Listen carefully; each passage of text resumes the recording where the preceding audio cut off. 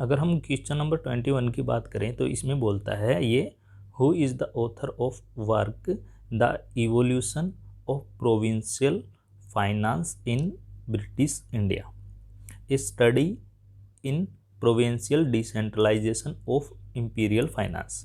तो ये पूछ रहा है कि ये वाली जो बुक है ये किसने लिखी थी। तो अगर हम इसके करेक्ट आंसर की बात करें तो इसका करेक्ट आंसर है बी आर अम्बेडकर। तो बी आर अम्बेडकर ने लिखी थी। अगर किसी को ये बुक पीडीएफ में चाहिए तो भी मैं आपको ये प्रोवाइड करा सकता हूँ। ये वो बुक है, the evolution of the provincial finance in British India, a study in the provincial centralization of imperial finance. तो ये डॉक्टर बी आर अम्बेडकर ने लिखी थी। Some time professor in political economy at the ये जो कोई कॉलेज है वहाँ पे बॉम्बे में। और इसके अलावा इन्होंने एक बुक लिखी है, the problem of rupee caste in India, small holding in India in their rupees. ये भी आप याद रख सकते हो ताकि इनमें से भी क्वेश्चन आते हैं। तो ये किसको डेडिकेट की थी इन्होंने, ये डेडिकेट की थी इन्होंने, dedicate to his highness Shri Shivaji Rao Gaekwad Maharaj, जिन्होंने उनको विदेश में पढ़ने के लिए भेजा था, उनको इन्होंने डेडिकेट की थी। और ये वाली जो बुक है 1923 की बुक है। ये इसके बारे में यहाँ पे मेंशन आएगा ऊपर कि ये जो बुक है पब्लिश 1923 में हुई थी। ये देखो यहाँ पे जो मेंशन आ रहा है, ये बुक जो पब्लिश हुई थी P S. King and Sons limited ने पब्लिश की थी। ठीक है जी। अगर किसी को ये बुक पीडीएफ में चाहिए तो वो मेरे से मांग सकता है, कमेंट में मैं प्रोवाइड कर दूंगा। 314 पेज की बुक है ये। नेक्स्ट हमारे पास जो क्वेश्चन आता है वो आता है question number 24। What were the peasant association setup in Kerala 1930s called. उनको उस टाइम पे बोला जाता था कृषक संगम। ये क्या है, किस तरह से हैं, थोड़ा सा हम इसको डिटेल में देख लेते हैं, कृषक संगम क्या होते हैं। तो उसका करेक्ट आंसर आपका थर्ड है, उनको कृषक संगम बोलते थे। अब क्या है, in the Malabar region of Kerala, जो हमारा सदर्न स्टेट है केरला, उसके मालाबार जो रीजन है उसमें एक पावरफुल पीजेंट मूवमेंट डेवलप हुई थी। किसके एफर्ट से डेवलप हुई थी, वो था कांग्रेस सोशलिस्ट पार्टी एक्टिविस्ट। जो कांग्रेस की सोशलिस्ट पार्टी थी, कांग्रेस सोशलिस्ट पार्टी थी, उनके एक्टिविस्ट, उनके जो कार्यकर्ता थे उनकी वजह से। और वो किस टाइम पे हुई थी, 1930 यानी 1934 में। अब क्या था, कृषक संगम का मतलब क्या होता है, पीजेंट एसोसिएशन। इनकी मेन डिमांड क्या थी, इनकी मेन डिमांड थी कि भाई जो फ्यूडल लिवाइस हैं उनके ऊपर, इनको जो बोला जाता है कंपेरेबल, जो उनके ऊपर जो रिन्यूअल फीस लगाई जाती है वो हटाई जाए, और पुलिस जो उन पे लाठीचार्ज वगैरह करती है या उन पे एडवांस रेंट लेती है, ये तीन उनकी मांगे थी। Stop of eviction of tenant by landlord, जो लैंडलॉर्ड उनको हटा देते थे, ज़मीन से निकाल देते थे, वो बंद करना है। फिर रिडक्शन इन टैक्स, जो उन पे टैक्स लगाया जाता है उन पे रिडक्शन देनी है, रेंट में उनको छूट देनी है, डेट जो का बर्डन है वो उनका कम करना है। यूज ऑफ प्रॉपर मेजरमेंट करने हैं लैंडलॉर्ड के, कि उनको जो ग्रेन है उनका जो रेंट है उसका मेजर करने का तरीका सही होना चाहिए। जो करप्ट प्रैक्टिसेस अडोप्ट की जाती हैं लैंडलॉर्ड्स द्वारा वो हटानी चाहिए। ये इसके कुछ मेंस पॉइंट थे। तो नेक्स्ट क्वेश्चन पे चलते हैं। अब हमारे पास आता है क्वेश्चन नंबर 22। क्वेश्चन नंबर 22 में क्या बोलता है, in context to international affair which one of the following correct about the lord Curzon. Lord Curzon जो हमारे 1899 से लेके और 1905 तक गवर्नर जनरल इंडिया के रहे थे, वॉइसरॉय ऑफ इंडिया रहे थे, उनके बारे में ये। ठीक है जी। तो इनमें से कौन सा आपको बताना है करेक्ट है उनके बारे में। He advocate the policy of pacifist and he advocate establish a British sphere influence over Persian Gulf and Seistan. उसके बाद he wanted to England and Russia to be become friend against China, और he wanted to lead flag waving mission to USA. तो इसका जो correct answer है वो है B. ये तो उसने कभी चाहा ही नहीं। आपने अगर थोड़ा बहुत भी इसके बारे में पढ़ा तो एक बार हम देख लेते हैं। मतलब पर्सनैलिटी बहुत मतलब बड़ी पर्सनैलिटी थी ये भी, लॉर्ड कर्जन भी। एक बार हम देख लेते हैं इन्होंने क्या क्या किया था। अब बात करें हम लॉर्ड कर्जन की। लॉर्ड कर्जन क्या मानते हैं? लॉर्ड कर्जन को ट्रू सक्सेसर मानते हैं लॉर्ड डलहौजी का। इंडिया में लॉर्ड डलहौजी का अगर ट्रू सक्सेसर कोई था तो वो लॉर्ड कर्जन था। इसका मतलब क्या है? उसने ब्रिटिशर्स के लिए काम किया था टोटली, और इंडिया के डेवलपमेंट के लिए भी बहुत से उसने काम उसमें डायरेक्टली इनडायरेक्टली उसने कर दिए थे। जैसे लॉर्ड डलहौजी ने ट्रेन चलाई थी तो उसने ट्रेन का डेवलपमेंट किया था। इसने एजुकेशन के लिए भी किया था और यूनिवर्सिटीज़ के लिए भी किया था, लेकिन कुछ गलत काम भी किए थे, जैसे पार्टीशन वगैरह करा दिए थे। और दूसरा, ये इंडियन को इन्फीरियर मानता था। इसने अपनी जो राइटिंग है उसमें लिखा था, my hair is blond and my colour skin is pink, my cheeks colour is pink and Indian are inferior, इस तरह से कुछ करके इन्होंने इसने डिफाइन किया इंडियन को। और ये इंडिया की जो गवर्नरशिप इसके पास रही 1899 से लेकर 1905 तक इसके बीच में रही। और इसने जो पॉलिसी चलाई थी उसका नाम रीएक्शनरी पॉलिसी बोलते हैं उसको, और उसको पैसिफिस्ट पॉलिसी नहीं बोलते। ठीक है जी। और हम थोड़ा सा और देख लेते हैं। इसने कलकत्ता कोऑपरेशन एक्ट 1899 चलाया था। और इसके अलावा ही लुक्ड, देखो, he looked Indian at the contempt and insulted. वो उन इसकी इंडियन को इसका डिगरेटिव रिमार्क जो रहते हैं उस तरह की इसकी सोच थी। इंडियन के बांग वो मानता था इंडियन जो हैं, बंगाली इंडियन जो भी हैं, वो कावर्ड हैं, विंड बैग हैं, और बस बोलने वाले हैं, उनमें कोई मतलब इस तरह से उसकी सोच थी। इसने सबसे बड़ी गलती की थी बंगाल का पार्टीशन करके, जिसे ये मास्टर स्ट्रोक मान रहा था, वो इसकी सबसे बड़ी गलती थी। ठीक है जी। इम्पैक्ट ऑफ कर्जन की जो पॉलिसी थी वो रिएक्शनरी पॉलिसी थी। रिएक्शनरी पॉलिसीज़ में इसमें क्या क्या उसने किया था, और वो इम्पेरियलिस्टिक था, मतलब अपना जो इंग्लैंड के प्रति मतलब समर्पित था, इंग्लैंड का यहाँ पे चाहता था कि इंडिया सदा से सदा तक। इसने लॉर्ड कर्जन ने कुछ रिफॉर्म भी किए थे। वो रिफॉर्म क्या क्या हैं वो भी हम देख लेते हैं। अगर रिफॉर्म की बात करें तो सबसे पहले इसने एजुकेशनल रिफॉर्म किया था। ये इसमें से लॉर्ड कर्जन में से और लॉर्ड डलहौजी में से एक क्वेश्चन यूपीएससी में ज़रूर आता है। पहले एजुकेशनल रिफॉर्म क्या किया था इसने? एजुकेशन जो सिस्टम है, यूनिवर्सिटीज़ कमीशन बनाया था इंडिया में 1902 में। तो उस टाइम पे जो हमारे स्वदेशी लीडर थे वो ये बोल रहे थे कि ये एजुकेशन ख़राब कर रहा है इंडिया में, ये वो। और इनका इसका भी कुछ अपना मोटिव था उसके पीछे। तो इसने जो उसके बेसिस पे क्या आया, इसके बेसिस पे आया Indian universities act 1904। Indian universities act 1904 किसके शासनकाल में आया? लॉर्ड कर्जन के शासनकाल में। दूसरा, इसने साइंटिफिक उसमें एक काम किया। इसने एग्रीकल्चर रिसर्च इंस्टीट्यूट पूसा में सेटअप किया, बिहार और बंगाल प्रेजेंट जो प्रेसिडेंसी थी वहाँ पे। तो पहले जो साइंटिफिक इसमें इसने क्या काम किया? एग्रीकल्चर रिसर्च इंस्टीट्यूट सेट किया, कहाँ पे? पूसा में। पूसा बिहार बंगाल प्रेसिडेंसी में उस टाइम पे था। इसने जो एडमिनिस्ट्रेटिव रिफॉर्म में क्या किया था? ही मेड जो पुलिस है उसमें रिफॉर्म के काम किए इसने करप्शन वगैरह कम किया। उसने इकोनॉमिक डेवलपमेंट, उनकी सैलरी वगैरह बढ़ाने पे जोर दिया ताकि।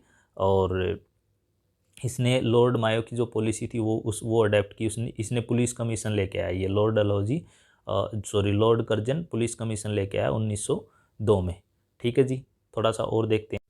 इसके ही टाइम में क्या हुआ? नॉर्थ वेस्ट प्रोविंस है जो आजकल जम्मू कश्मीर और ये एरिया जो रहता है वो इसके अंडर में आया, इंडस वैली के आसपास का। फिर मिलिट्री में इंपीरियल कैडेट कोर इसने सेटअप किया। ठीक है जी। और जिसके बाद में इसने आर्मी में इसको फिर इसने कुछ और अच्छे काम किए। He passed a law called ancient monument act, कि भाई अगर कोई जो एंशियंट मोनूमेंट है, जैसे मान लो ताजमहल है या फिर इस तरह से कोई हड़प्पा की जो चीज़ें हैं, कोई इनको ख़राब करेगा तो उनको भी सज़ा दी जाएगी, उनको प्रिजर्व करना है। तो तभी ये प्रिजर्व हो पाए थे। ठीक है जी। इसने बोला कि जो इतने भी हमारी आर्कियोलॉजिकल साइट्स हैं उनको आपको बचा के रखना है।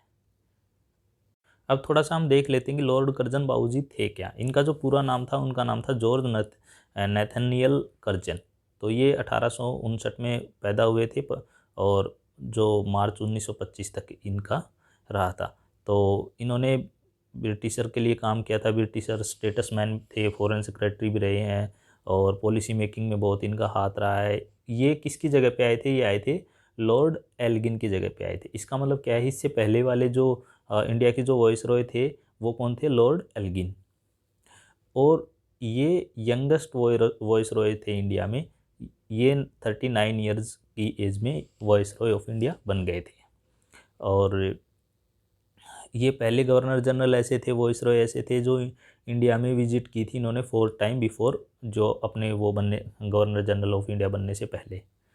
और थोड़ा सा हम और देखेंगे तो इसके व्यू में क्या था, ये थोड़ा सा रेसिस्ट पर्सन था। ये ये बोलता था कि इंडियन पीपल बारबेरियन है, ये है, इनको सिविलाइजेशन का जो क्रिश्चियनरी मिशन होते हैं उसको ये बढ़ावा देता था। देखो इसने डिस्क्राइब किया है इंडियन को किस तरह से, extra ordinary inferiority in character, honesty and capacity. Indian क्या है, इन्फीरियर है एक्स्ट्रा ऑर्डिनरी लेवल के, उनका करेक्टर भी बिल्कुल बेकार है, उनमें ऑनेस्टी लेवल कंट्री के प्रति कोई नहीं है, उनकी कैपेसिटी कुछ नहीं है, ये कुछ इसका मानना था। अगर आपको चाहिए कि लॉर्ड कर्जन पे और लॉर्ड डलहौजी पे या वॉइसरॉय और गवर्नर जनरल पे एक वीडियो बनाऊं तो आप मुझे कमेंट में बता सकते हैं। अब आता है जी हमारे पास क्वेश्चन नंबर 25 कि इथोपिया डे क्यों बनाया जाता है। 9 मई को इथोपिया डे क्यों बनाया जाता है। 9 मई को इथोपिया डे इसलिए बनाया जाता है क्योंकि become Ethiopia was attacked by Italy early 1936, their resistance considered freedom struggle। तो जो उस टाइम पे इंडियन कांग्रेस थी उसने इसको सपोर्ट किया था, तो इसलिए इथोपिया डे 9 मई को मनाया जाता है इंडिया में। तो हम इसके बारे में थोड़ा सा और डिटेल में सर्च कर लेते हैं। ये है जी कुछ उसके बारे में। The Congress decided to support Ethiopian people struggle against attack by Italy and considered this struggle to be freedom struggle and a pan of all exploited people's struggle for freedom. The Congress also declared celebrate 9th May as the Ethiopia Day to support their freedom struggle। तो उनका जो freedom struggle था उसको support करने के लिए कांग्रेस ने 9 मई को इथोपिया डे मनाया था। ठीक है जी, नेक्स्ट चलते। अब देखते हैं हमारे पास जो नेक्स्ट क्वेश्चन आता है वो आता है which one of the following is the correct about the Assam in British India. तो ब्रिटिश इंडिया के अंडर में जो आसाम है उसके रिगार्ड में कौन सी बात सही है, तो वो देखते हैं हम। फर्स्ट बोलता है it was the part of north east frontier agency. It was made province in 1865। It was separated from Bengal in 1874 along with Sylhet made chief commissioners province। फिर है it was a princely state ruled by home king. तो ये तो सीधा सीधा मतलब ruled किया था इन्होंने, लेकिन ये नहीं है कि कंटिन्यूसली उन्होंने रूल किया था। और अब इसका जो आंसर बनता है वो बनता है ये, it was separated from Bengal in 1874 along with Sylhet made into chief commissioner's province. ठीक है जी। It was part of north east frontier agency, ये नहीं था। It was made province in 1865, ये नहीं था। और अभी हम थोड़ा सा इसको देख लेते हैं डिटेल में ये क्या था। ये थोड़ा सा कुछ हिस्ट्री ऑफ आसाम के बारे में हिस्ट्री है कि असम किसका इन्फ्लुएंस था, किस तरह से। और देखो ये मेंटेन बाई क्रॉनिकल, अलग अलग इनमें भुयन भी थे, होम भी थे, चुटियाज भी थे, कचरी भी थे, किंगडम थे, अलग अलग इन्होंने रूल किया। लेकिन ये नहीं कि पर्टिकुलर इन्होंने ही रूल किया था। तो इसमें जो मेन था वो था हमारे पास 1864 वाला। तो यहाँ पे आता है हमारे पास चीफ कमिश्नर प्रोविंस। इसको 1874 में चीफ प्रोविंस कमीशन बना दिया था। Assam region was separated from Bengal presidency. Bengal presidency से इसको अलग कर दिया गया था और इसको ऐड कर दिया गया था सिलहेट, जो कमिश्नर था उस प्रोविंस में ऐड कर दिया गया था। इसकी कैपिटल उस टाइम पे बनाई गई थी शिलोंग। ठीक है जी। और ये अब इसमें क्या आता है, इसमें डिगबोई, ये बाद की चीज़ें हैं सारी। तो अगर आप इसको भी मैं, अगर आप बोलोगे तो मुझे इस पे भी एक वीडियो मैं बना दूंगा आसाम पे, किस तरह से आसाम का डेवलपमेंट हुआ ब्रिटिश इंडिया में।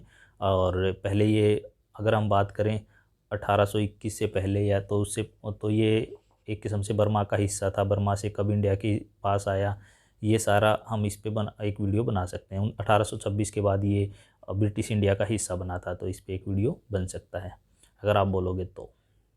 अब क्वेश्चन नंबर हमारे पास आता है 26। हु सेटअप द, ये क्वेश्चन नंबर 26 है, हु सेटअप द भारत स्त्री महामंडल विच मेट ए इलाहाबाद 1910। एनी बेसेंट नहीं, इसका जो आंसर है वो है सरला देवी चौधरानी।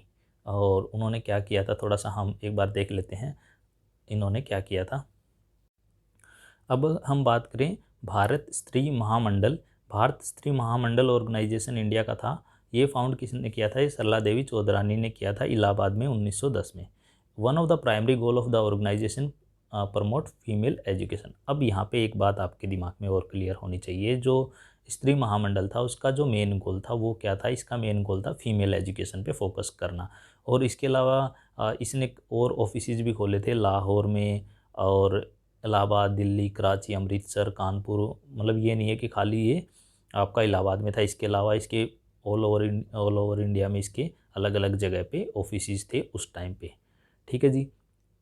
तो एक हमारे पास ये बात आ गई कि ये किसने बनाया था, सरला देवी चौधरानी ने। जो क्वेश्चन नंबर 27 है वो बोलता है which one of the following is not a feature of non cooperation movement. जो नॉन कोऑपरेशन मूवमेंट थी और उसकी क्या फीचर्स थी। सबसे पहले economic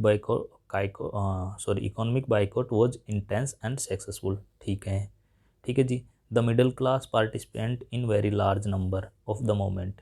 it was marked by uneven geographical spread and regional variation.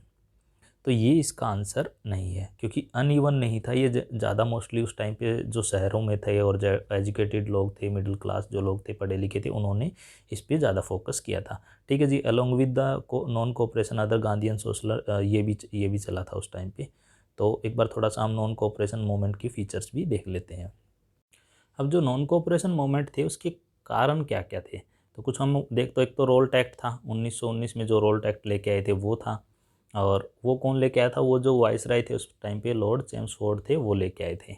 ठीक है जी। फिर उसके बाद जो रोल्ट एक्ट के जो प्रदर्शन किया उसके खिलाफ जलियांवाला बाग मैसकर हुआ, वो इसका एक कारण था। फिर फर्स्ट वॉर जो था वो इसका एक कारण था। अब ये जो एक्ट था इसकी मेन फीचर्स क्या थी, इसकी मेन फीचर्स कुछ इस तरह से थी। The essential feature of the non cooperation movement was the only non violent, means कि भाई ये नॉन वायलेंट रहेगा, किसी के साथ ब्रूटलिटी नहीं की जाएगी, चाहे वो इंडियन हो चाहे ब्रिटिश हो। The moment was gain momentum with the surrender of the title, कि भाई जिनके पास कोई टाइटल्स हैं और जो अंग्रेज़ों ने उनको दे रखे हैं, तो वो आपको सबमिट वापस दे देने हैं उनको। जैसे मान लो किसी को कोई अवार्ड दे रखा है, तो रविंद्रनाथ टैगोर ने अपना जो उनको नाइटहुड दे रखी थी वो उन्होंने वापस कर दिया था। और भी लोगों ने अपने अपने जो जो अवार्ड थे वो वापस देना शुरू कर दिया था। फिर गवर्नमेंट एम्प्लॉयज़ थे, उनसे अपील की गई, सिविल सर्वेंट थे, आर्मी थे, पुलिस थे, कोर्ट थे, लेजिस्लेटिव काउंसिल थे, स्कूल थे, उनको फॉरेन क्लोथ्स का बाइकआउट करना था। ये सारे इनको सबको पार्टिसिपेट इसमें करना था। फॉरेन जो गुड्स थी उनका बाइकआउट करना था। लिकर शॉप थी, पिक पैकेटिंग थी, उनका बाइकआउट करना था। ब्रंट, तो इसमें किन किन जो मेन लीडर थे उन्होंने पार्टिसिपेट किया था, वो थे lower like Motilal Nehru, C R Das, C Rajagopalachari, Asaf Ali. और इन्होंने क्या किया था, मोतीलाल नेहरू, सी आर दास, राजगोपालाचारी, आसफ अली ने अपनी जो प्रैक्टिस थी लॉयर की वो छोड़ दी थी। और the impose of foreign cloth fail drastically between, जो फॉरेन क्लॉथ थे उनका जो इंपोर्ट था वो बहुत ज़्यादा कम हो गया था इस ही आंदोलन के कारण। तो मोमेंट थी वो ये बस ये इसकी कुछ फीचर्स थी। अब हमारे पास नेक्स्ट क्वेश्चन आता है, वो आता है 31। तो which one of the following were the reason for the lack of economic development in India 19th century. जो 19th सेंचुरी में इंडिया का डेवलपमेंट कम हुआ था उसकी में जो कमी थी उसके क्या रीज़न है। फर्स्ट बोलता है officially the British government was committed to a policy laissez faire. उन्होंने एक लेजिस फेयर की पॉलिसी बना रखी थी, बट एक्चुअली में वो क्या कर रहे थे, वो डिस्क्रिमिनेट, उनका जो नेचर था वो डिस्क्रिमिनेटरी था और वो इंटरवेंशन करते थे। ठीक है जी, करेक्ट है ये। दूसरा क्या था, European entrepreneurs and had connections to banks and agency house while the Indian rely on the keen family casteman, ये भी ठीक है।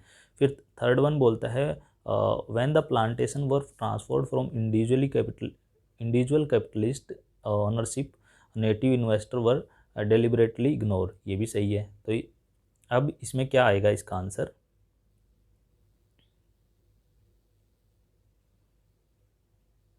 इसका जो आंसर बनेगा 1 2 3। तो ये तो सिंपल क्वेश्चन था, इसमें ज़्यादा कुछ ऐसा था नहीं।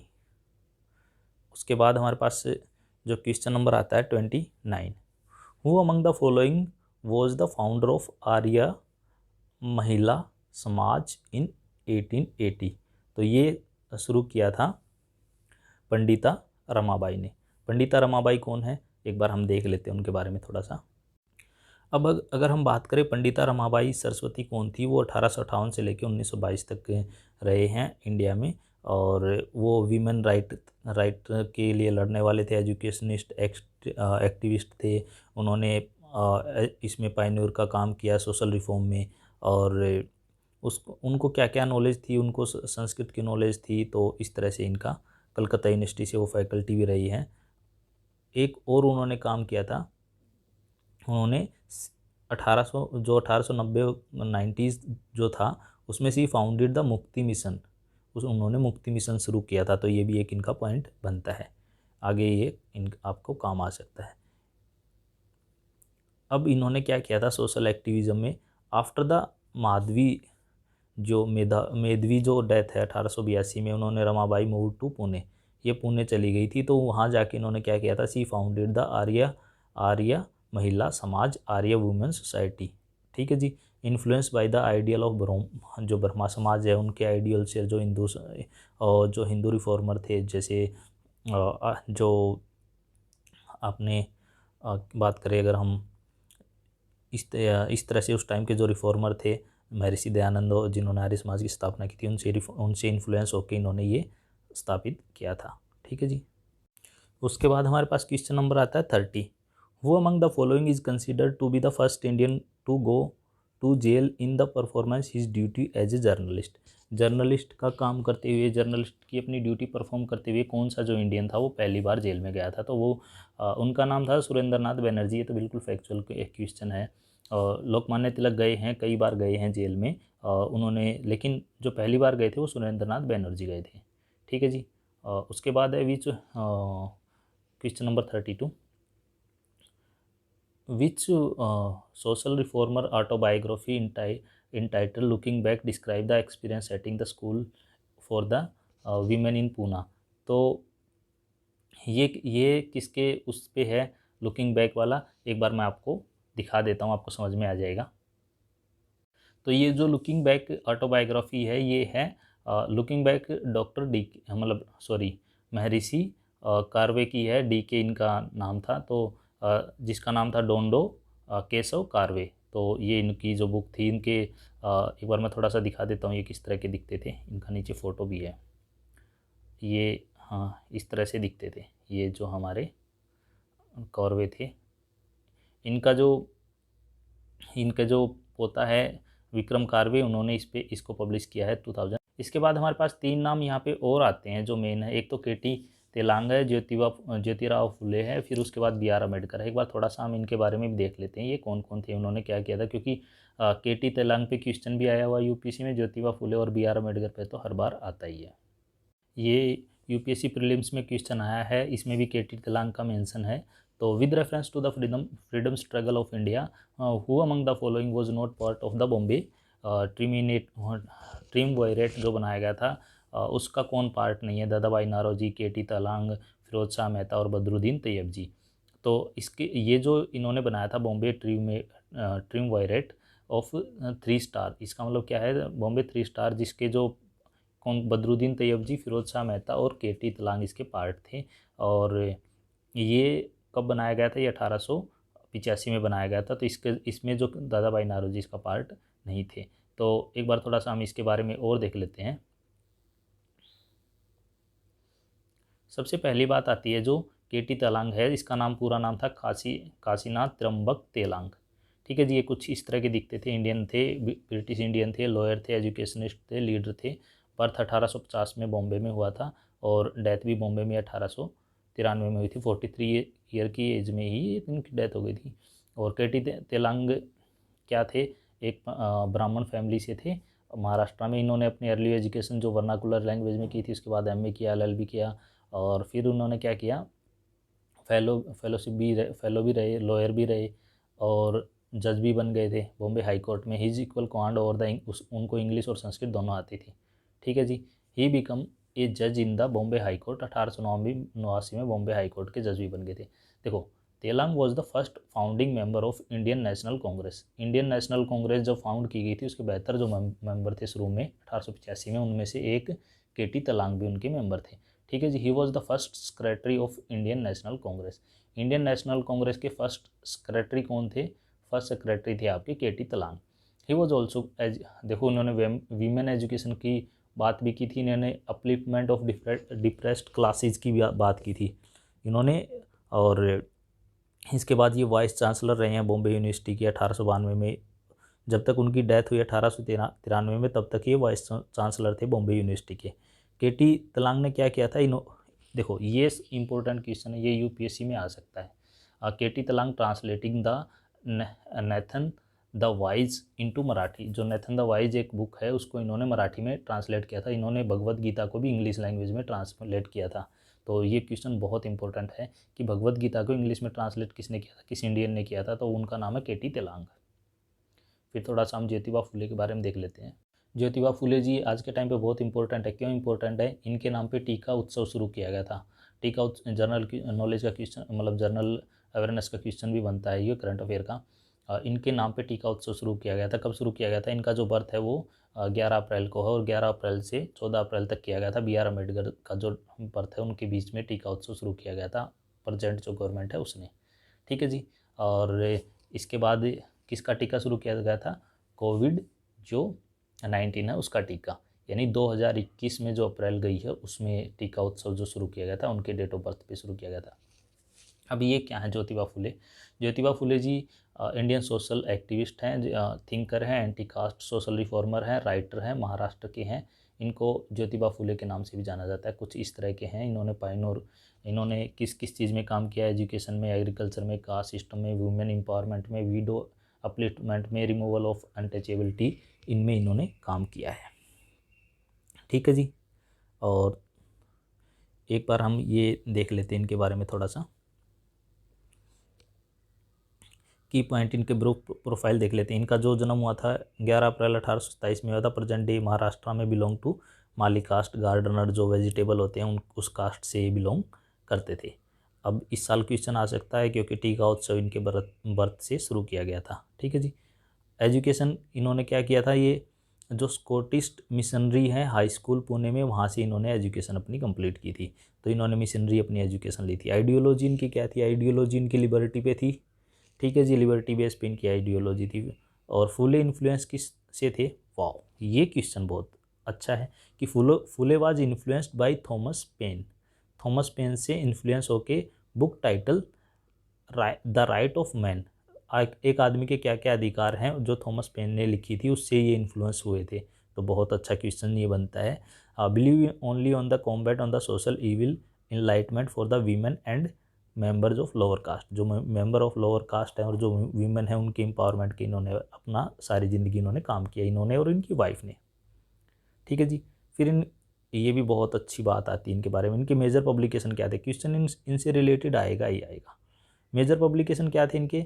इनका मेजर पब्लिकेशन थे तृतीया रत्ना 1855 में। फिर इनका आया पोवाड़ा छत्रपति शिवाजी भोसले यच्चा 1869 में। फिर आया इनका गुलामगिरी, ये फेमस है, फेमस इनकी बुक है गुलामगिरी। फिर आता है इसका सकेता आर्यचा असोद 1881 में। अब थोड़ा सा और देखते हैं हम इनका जो एसोसिएशन था वो किसके साथ था? सत्यशोधक समाज। 1873 में इन्होंने एक समाज की स्थापना की जिसका नाम था सत्यशोधक। सत्यशोधक समाज का मतलब क्या था?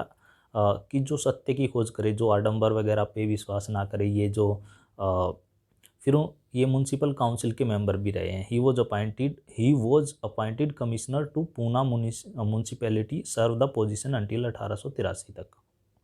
इनको टाइटल दिया गया महात्मा का। He was bestowed with the title of Mahatma. उनको महात्मा का टाइटल कब दिया गया था? 11 मई 1888 को by a Maharashtrian social activist Vithalrao Krishnaji Vandekar. तो एक बात यहाँ पे ये आती है कि इनको जो महात्मा का टाइटल किसने दिया था? इनको महात्मा का टाइटल दिया था विठलराव कृष्णजी वंडेकर ने। इन्होंने सोशल रिफॉर्म में क्या क्या किया? इन्होंने सोशल 1800 देखो इनकी वाइफ भी थी सावित्रीबाई फुले, वो भी बहुत उन्होंने वीमेन एम्पावरमेंट के लिए काम किया।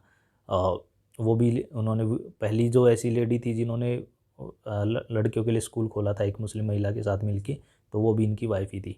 ठीक है जी। ओपन देखो, how to read write after the couple open the first indigenous run school. पहला जो भारतीय स्कूल है लेडीज़ के लिए पुणे में शुरू किया गया था, वो इनकी वाइफ ने शुरू किया था।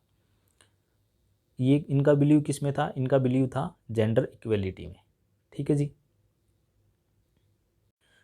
Jyotiba Phule realise the pathetic condition of the widows, established ashram for the young widows, eventually become the advocate of the idea of widow remarriage. देखो उस टाइम पे विडो की जो कंडीशन थी वो हिंदू धर्म में बहुत ही पैथेटिक कंडीशन थी, तो उसको एम्पावर करने के लिए इन्होंने आश्रम चलाया। जो लड़कियां बिल्कुल ही यंग एज में विडो हो जाती थी उनको कैसे उनका एम्पावरमेंट किया जा सके उसके लिए, और इन्होंने जो विडो रीमैरिज है उसके लिए भी इन्होंने काम किया। फिर ज्योतिबा फुले ने अटैक किन पे किया? जो ऑर्थोडॉक्स ब्राह्मण जो लोग होते हैं, जो अपने मतलब घर में ही बच्चों को गलत शिक्षा देते कि भाई ये आदमियों से मतलब व्यवहार गलत करना चाहिए, मतलब वो आप उससे बात करोगे, उनसे टच करोगे तो ये हो जाएगा। उस टाइम पे इस तरह के हिपोक्राइट्स चलते थे, तो उसके विरोध इन्होंने अटैक किया था। फिर 1868 में इन्होंने ज्योतिराव कंस्ट्रक्टेड एक कॉमन बात, वाओ, इन्होंने 1868 में एक कॉमन बात बनाया था जिसमें जो भी कोई भी एवरीवन जिसको भी का भी मन है जाके नहा सकता है। ये इस तरह से इन्होंने स्टार्ट किया था। फिर इनके बारे में 3 जो बंदे थे जिनसे बी आर अम्बेडकर इन्फ्लुएंस हुए थे, उनमें एक ज्योतिबा राव फुले थे। बी आर अम्बेडकर और महात्मा गांधी इनसे काफ़ी इन्फ्लुएंस हुए थे। फिर हमारे पास जो नेक्स्ट पर्सनालिटी है वो आती हैं B R Ambedkar. B R Ambedkar का जन्म 14 अप्रैल को हुआ था 1891 में, क्योंकि उनके बर्थ तक टीका उत्सव चलाया गया था, तो ये भी इम्पोर्टेंट होता है। और उनको बाबा साहब के नाम से भी जाना जाता है, ये तो सबको ही पता है। तो उनको वे जूरिस्ट थे, इकोनॉमिस्ट थे, पॉलिटिशियन थे, सोशल रिफॉर्मर थे और दलित बुद्धिस्ट मूवमेंट के कंपेनर थे। और उनको बहुत से मतलब इस तरह के अवार्ड मिले, आगे हम चल उनको देखेंगे। India's first law and justice minister भी रहे हैं, प्रिंसिपल आर्किटेक्चर भी रहे हैं। ये तो सारी बातें हम सबको पता ही रहती है। उनकी डेथ है जो उसको महापरिनिर्वाण दिवस भी मनाया जाता है। उनको मॉडर्न मनु भी बोला जाता है, आर्किटेक्ट ऑफ मॉडर्न इंडिया ही बोला जाता है। उनकी ऑटोबायोग्राफी का क्या नाम है? ये इंपॉर्टेंट क्वेश्चन है। उनकी ऑटोबायोग्राफी का नाम है वेटिंग फॉर वीज़ा। उन्होंने कौन कौन सी बुक लिखी थी? एनिहिलेशंस ऑफ कास्ट, एनिहिलेशन, इसमें क्या किया था उन्होंने? हिंदू जो उस टाइम पे जो ऑर्थोडॉक्स रिलीजियस लीडर थे उनका उन्होंने विरोध किया था। उन्होंने गांधी की भी उसमें बारे में बताया कि किस तरह से फिर उसके बाद उन्होंने एक बुक और लिखी थी, हू वर द शुद्राज, शुद्राज कौन थे इंडिया में, अनटचेबल कौन थे, तो वो सारी चीज़ें उन्होंने बताई। फिर उसके बाद आता है constitution of reserve bank of India. जो रिजर्व बैंक ऑफ इंडिया आज के टाइम पे हम देखते हैं वो अम्बेडकर के जो आइडिया है, अम्बेडकर ने जो अपना आइडिया हिल्टन कमीशन के पास रखा, हिल्टन यंग जो कमीशन था उसके सामने रखा एक idea, problem of Indian rupee, तो उसके बेसिस पे इन्होंने रिजर्व बैंक ऑफ इंडिया की स्थापना की। उन्होंने बोला कि एक इंडिया में एक फेडरल बैंक होना चाहिए जो जितने बैंक हैं उनको मॉनिटर कर सके, तो उसके बेस पे इंडिया में एक रिजर्व बैंक बनाया गया। ठीक है जी। अम्बेडकर इकोनॉमिस्ट थे, प्रोफेशनल। उसके बाद उन्होंने क्या क्या किया? एडमिनिस्ट्रेशन ऑफ फाइनेंस का काम किया, इवोल्यूशन प्रिवेंस इन फाइनेंस का काम किया। देखो इन्होंने द प्रॉब्लम, ये इनका कुछ काम है, problem of Indian rupee, origin and it's solution, इसके बेस पे ही आपका आरबीआई बना था अम्बेडकर। एंड उसके बाद उन्होंने ये कुछ इनके काम है, बहिष्कृत हितकारिणी सभा, इनको अच्छे से पढ़ लेना चाहिए, इनमें से क्वेश्चन ज़रूर आता है यूपीएससी में। उसके बाद इन्होंने क्या क्या काम किया? इन्होंने defend the Dalit rights, started 5 prodigal, इन्होंने 5 पीरियोडिकल स्टार्ट किए। एक तो मूक नायक था उनमें से, और मूक नायक द लीडर ऑफ डम। उसके बाद इन्होंने बहिष्कृत भारत बनाया, आउटस्कार्ट। फिर 1924 में फिर उन्होंने इक्वलिटी, समता बनाया। फिर द पीपल, जनता बनाया। उसके बाद इनलाइटेड इंडिया बनाया इन्होंने। ठीक है जी, 1956 में। तो ये कुछ इन्होंने काम किए थे। फिर कुछ इन्होंने एक्स्ट्रा ऑर्डिनरी भी काम किए थे। उस टाइम पे उन्होंने मनुस्मृति को जला दिया था उस टाइम पे कि भाई ये जो लॉ हैं ये बिल्कुल ही मतलब रेडिकुलस हैं, इस तरह की सोच नहीं होनी चाहिए। तो वो उन्होंने जला दिया था। तो उसके बाद लोगों ने इनका विरोध किया। तो फिर उस टाइम पे इनका काफ़ी लोगों ने, मतलब जो उस टाइम पे ऑर्थोडॉक्स थे, उन्होंने इनका विरोध किया। तो महात्मा गांधी ने और कुछ 2-4 जो मेन लीडर थे उन्होंने मना किया, क्योंकि उन्होंने बोला कि ये ही इज़ इक्वल टू 5, उन्होंने डिस्क्राइब किया कि he is equal to 500 scholars at that time and thousands, और 500 graduate that time and 1000 scholar. और तो अगर ये फैक्ट के हिसाब से इन सबको अगर आप इनसे बोलने जाओगे, ये फैक्ट के हिसाब से इनको प्रूव कर देगा, फिर सारे देश में जल जाएंगी। तो इसलिए से उनका विरोध करना उन्होंने बंद कर दिया था। तो ये सिंबॉलिकल था बस खाली। तो इसको मनुस्मृति दहन दिवस भी बनाया जाता 25 दिवस को। फिर इन्होंने जो कलाराम टेम्पल मूवमेंट चलाया, तो उन्होंने 50,000 लोग 15,000 लोगों के साथ इसमें एक जो पोजीशन है मिलिट्री टैंक है, उसमें उन्होंने फर्स्ट टाइम पे बात किया। ये सारी चीज़ें उन्होंने उस टाइम पे की। फिर पूना पैक्ट में क्या हुआ था, जो डिप्रेस्ड क्लास है उनके लिए इन्होंने सेपरेट इलेक्ट्रोट मांगे थे। सेपरेट इलेक्ट्रोट का मतलब क्या होता है, जिस तरह से उन्होंने अंग्रेजों ने मुसलमानों को दिए थे कि जो जहाँ पे मुसलमान खड़े हुए उनको सिर्फ मुसलमान वोट देंगे, इसी तरह से बोलना इन्होंने जो हिंदू जो डिप्रेस्ड क्लास हैं वो हिंदू नहीं है, वो अलग हैं, उनको आप सेपरेट इलेक्ट्रोट दो। अंग्रेजों ने भी उनकी बात मान ली थी। फिर इसके लिए जो यरौदा जेल है जहाँ पे संजय दत्त भी बंद थे, वहाँ पे महात्मा गांधी बंद थे, तो उन्होंने उसके लिए एंड टू डेथ फास्ट किया। तो फिर अम्बेडकर और गांधी जी के बीच में एक समझौता हुआ, जिसमें उनकी वो सेपरेट इलेक्टोरेट वाली बात ना मान के और उनके जो मेंबर थे वो बढ़ा दिए गए थे। आज के टाइम पे हम जो सीटें देखते हैं, जो रिजर्व सीटें देखते हैं, वो उसी हिसाब से तब से चली आ रही हैं, उसी बेसिस पे। ये क्वेश्चन भी यूपीएससी में आया हुआ है कि पूना पैक्ट जो हुआ था गांधी और अम्बेडकर के बीच में, वो कहाँ पे हुआ था, मतलब पूना पैक्ट में क्या था, किस किस के बीच में हुआ था, ये भी क्वेश्चन आया हुआ है। तो पूना पैक्ट जो डिप्रेस्ड क्लास थे उनके लिए अम्बेडकर थे। Madan Malaviya on the behalf of Hindus, Hindus के बिहाफ पे जो मदन मोहन मौलवी थे वो थे।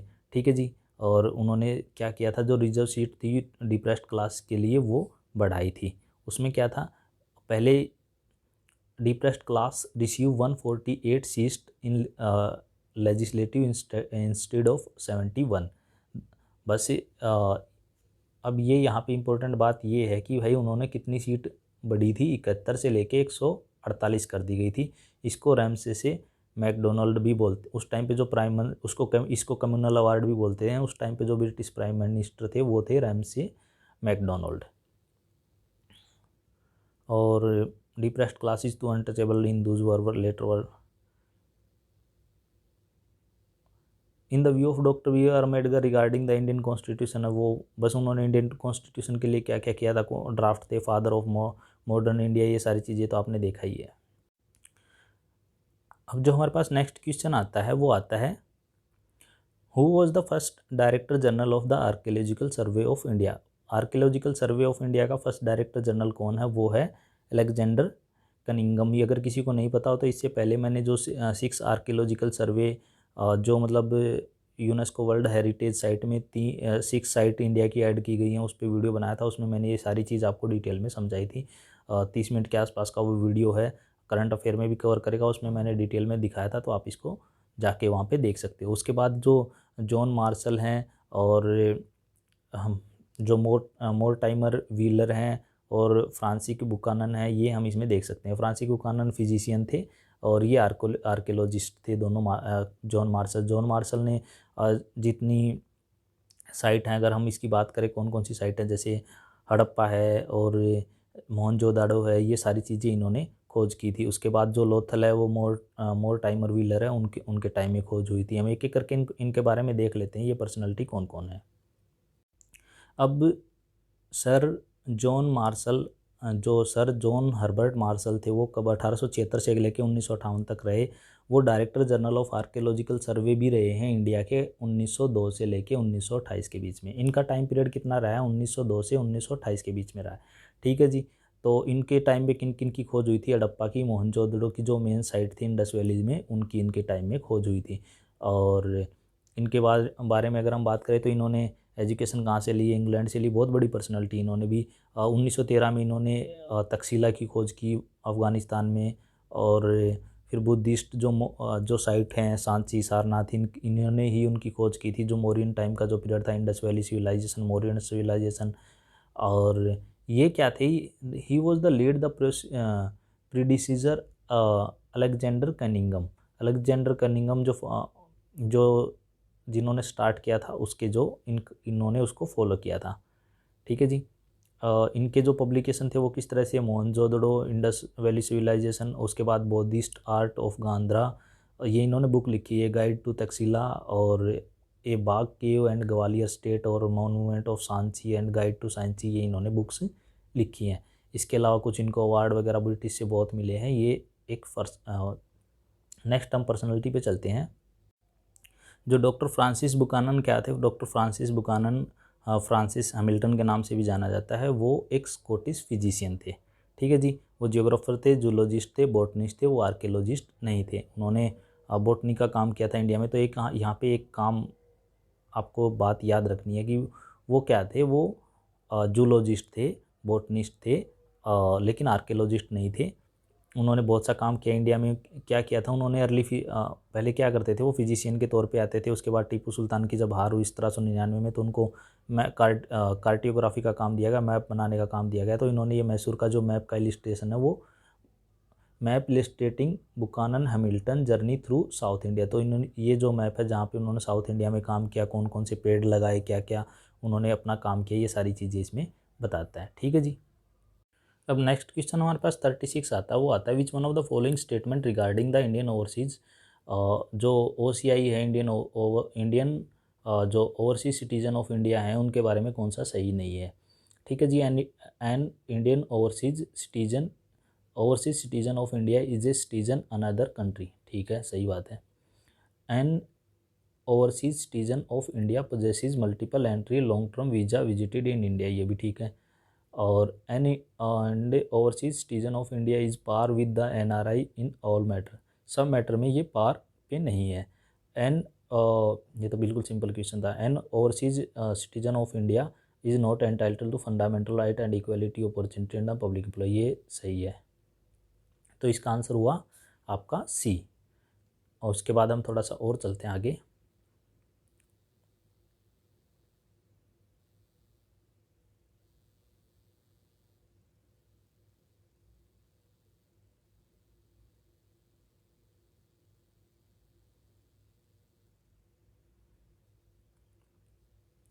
Question number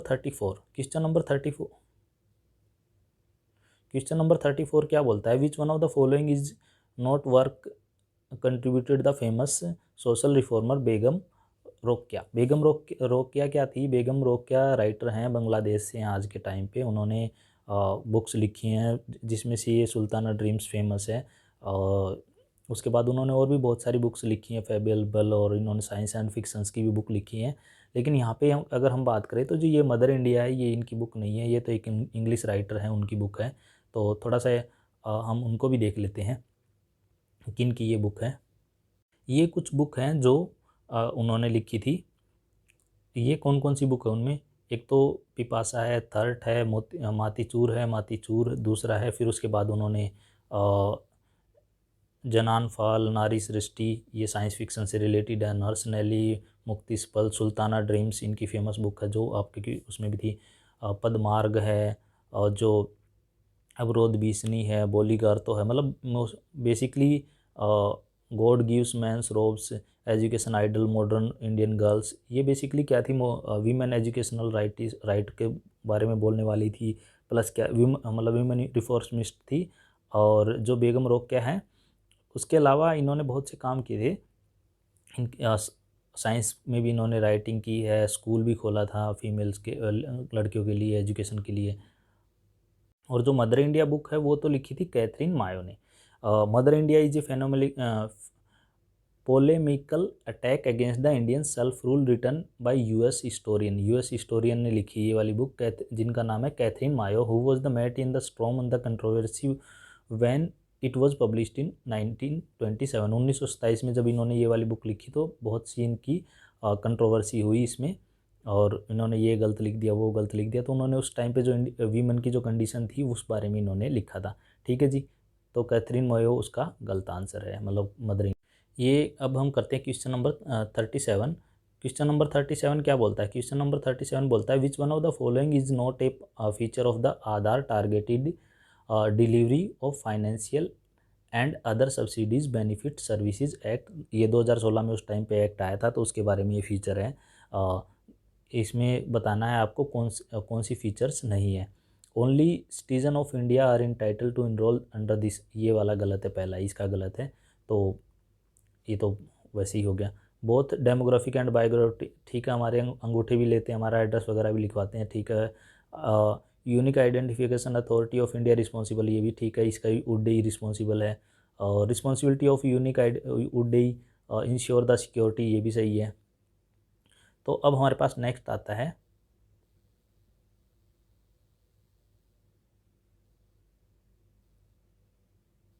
question number 35। Question number 35 क्या बोलता है? Which one of the following, ये मुगल जो क्रॉनिकल है, मुगल क्रॉनिकल क्या है? जो मुगल्स के बारे में हिस्टोरियन जो लिखा है, उन मुगल हिस्टोरियन ने जो लिखा है वो क्या है? They are present continuous chronicle record, ये बात सही है उनकी। उन्होंने पहले बाबर ने, हुमायूं ने, अकबर ने क्या क्या लिखा उनके बारे में, जैसे क्रॉनिकल पहले बाबर, फिर हुमायूं, फिर अकबर, फिर शाहजहाँ, फिर शाहजहाँ के बाद जहांगीर, फिर शाहजहाँ, शाहजहाँ के बाद फिर औरंगजेब, इनके बारे में इन्होंने क्रॉनिकल लिखा है। ठीक है जी। और they are repository factual information about Mughal, ठीक है ये। They allow understand how imperial ideology, सही बात है। और उसके बाद they contain the brief biography of authors of, नहीं, ऑथर की कौन बायोग्राफी लिखता है भाई, ये गलत है। D, force labour are begar violation of which of the following article ये है आर्टिकल 23, ये तो आर्टिकल 23 में ही आता है। अब आपको आर्टिकल के बेसिक नाम तो पता होने चाहिए, लेकिन मैं आपको ये जो आर्टिकल 16, 17 और 19 क्या बोलते हैं वो भी आपको दिखा देता हूँ। आर्टिकल 16 क्या बोलता है? आर्टिकल 16 बोलता है equality of opportunity in the matter of public employment, तो इसका मतलब ये वो नहीं है। और आगे चलते हैं। फिर आर्टिकल 17 क्या बोलता है? आर्टिकल 17 बोलता है एबोलिशन ऑफ द अनटचेबिलिटी, तो वो भी नहीं है उसका। आर्टिकल 18 क्या बोलता है? Abolition of titles. उसके बाद आर्टिकल 19 क्या बोलता है? Protection of certain right regarding the freedom and speech, वो भी नहीं है। हमारा 23 था ना, तो अब हम बात करें इसका 23 पे चलते हैं। आर्टिकल 23 क्या बोलता है? Provision of the traffic in human beings forced labour, तो इसका आंसर बनेगा D23। इसका पॉइंट नंबर 1 क्या बोलता है? Traffic in human beings and begar, देखो, human beings and begars and other similar form of force labour are prohibited and any contraventions of this provision shall be offence punishable accordance with the law. ठीक है जी। तो अगर किसी को, अगर चाहते हो कि फंडामेंटल राइट पे एक अलग से बनाया जाए तो आप मुझे बता सकते हो। अब हमारे पास क्वेश्चन नंबर आता है 39। विच one of the following statement regarding the constituent assembly of India is not correct? Constituent जो असेंबली थी हमारी, जो वो उसके बारे में कौन सी बात सही नहीं है? The constituent assembly composed of the member who has been elected directly from the member of provincial legislative assembly, ये ठीक है। द कॉन्स्टिट्यूशन, जो constituent assembly held its first meeting, ये भी सही है। इसकी जो फर्स्ट मीटिंग थी 9 दिसंबर 1946 को हुई थी। The seats of the each province were distributed among the 3 mains communities, Muslim, Hindu and general, ठीक है। और उसके बाद the method of selection in case of the representative Indian state was determined by governor, ये सही नहीं है, तो इसका आंसर हो गया डी। इसकी फीचर्स आप देखोगे तो जो लक्ष्मीकांत के सेकंड चैप्टर में ही आपको मिल जाएगी। हम चलते हैं नेक्स्ट पे।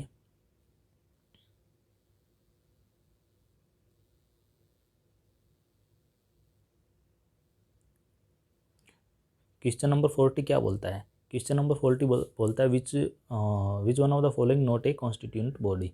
इलेक्शन कमीशन ऑफ इंडिया आपका कॉन्स्टिट्यूशनल बॉडी है, और फाइनेंस कमीशन आपका कॉन्स्टिट्यूशनल बॉडी है, इंडियन ऑफिशियल लैंग्वेज आपका कॉन्स्टिट्यूशन बॉडी है, वीमेन कमीशन आपका नहीं है। और इलेक्शन कमीशन 324 में आता है, फाइनेंस कमीशन शायद नहीं 360 में तो नहीं आता, 260 इससे कुछ आता है, 280 में आता हुआ शायद। तो लैंग्वेज कमीशन 315 या इसमें कुछ आता है। तो Indian national commission for women नहीं है। इस वीडियो में हम इतना ही देखेंगे। अगर आपकी कोई क्वेरी है तो आप मुझे कमेंट करके बता सकते हो। इस वीडियो में इतना ही। Thanks, have a nice day. मिलते हैं नेक्स्ट वीडियो में।